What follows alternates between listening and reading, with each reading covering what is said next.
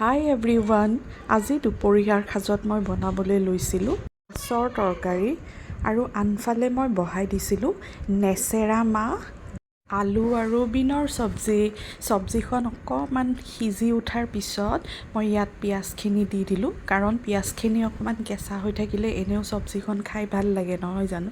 মই প্ৰায় তেনেকেই বনাওঁ।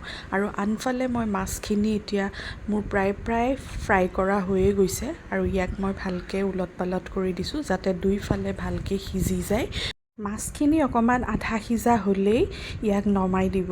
আৰু আনফালে মই চব্জিখিনি নুমোৱাৰ পিছত ইয়াতে মাছৰ কণী ভাজিছিলোঁ। কণীখিনি খুবেই ভাল লাগিছিলে আচলতে খাবলৈ। এইবাৰ মই মাছৰ তৰকাৰীখন বনাবলৈ তেলতে পিঁয়াজ দুটা কাটি দিলোঁ মিহি মিহি কৰি। তাৰপিছত মই গোটেই ৰঙালাও, বিন আৰু আলুৰ গোটেই যিখিনি মই কাটি থৈ দিছিলোঁ গোটেইখিনি দি দিলোঁ।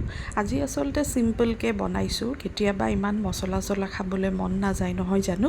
সেইকাৰণে মই আজি একদম দুপৰীয়াৰ সাজটো একদম চিম্পলকৈ ৰাখিছোঁ। আৰু মই ইয়াতে নিমখ আৰু অকণমান হালধি দি দিছোঁ।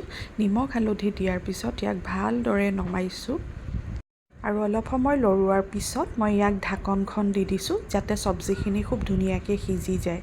তাৰপিছত 15 মিনিটমান পিছত আকৌ ঢাকনখন গুচাই চালোঁ যে মোৰ চব্জিখিনি খুব ধুনীয়াকৈ সিজি গৈছে। লাষ্টত মই ইয়াক জোখ অনুযায়ী পানী দি দিলোঁ। আৰু আপোনালোকৰ ঘৰত আচলতে কিমান মানুহ আছে সেইটো হিচাপতহে পানী দিব লাগিব।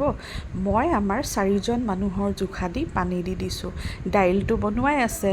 তাৰপিছত চব্জিখন ধুনীয়াকৈ উতলি অহাৰ পিছত মই ইয়াত ভাজি থোৱা মাছখিনি দি দিলোঁ। আৰু মাছখিনি দিয়াৰ পিছত এটা মস্ত ডাঙৰ মাছৰ মাথা আছিলে, আমি মাথা বুলিয়ে কওঁ, আপোনালোকে কি কয় জনাবচোন।